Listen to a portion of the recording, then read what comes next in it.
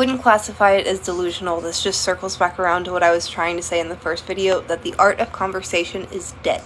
Now that's not to be confused with communication. Communication is alive and thriving thanks to platforms like these. Anyone, anywhere, anytime can basically share however they feel, whatever they saw, hot button issues, or just whatever they went through for the day. They are able and free to share whatever they want, whenever they want, without being interrupted.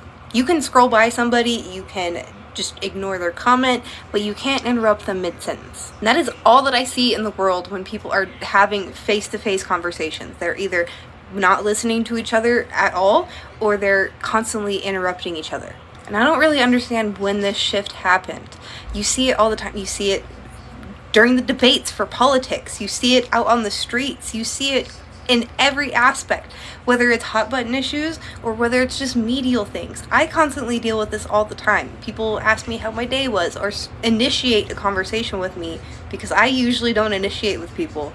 And then mid-sentence, I'm not a long-winded talker, they will interrupt me, which is frustrating.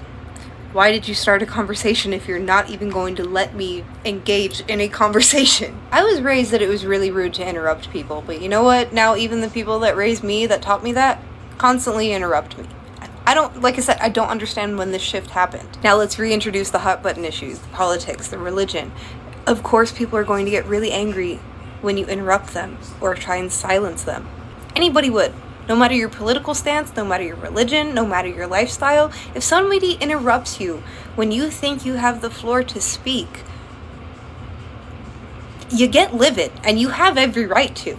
But I think with the hot button issues, whether it's religion, lifestyles, politics, when you're conversing with somebody that has another viewpoint than your own, a lot of people feel this deep feeling to rescue that other person, to bring them from the bad side to the good side. Here's my solution to the whole thing. How about we just nix sides? There are no sides in life. We are all just human beings trying to live and survive. Live and let live, speak and let speak, listen to each other.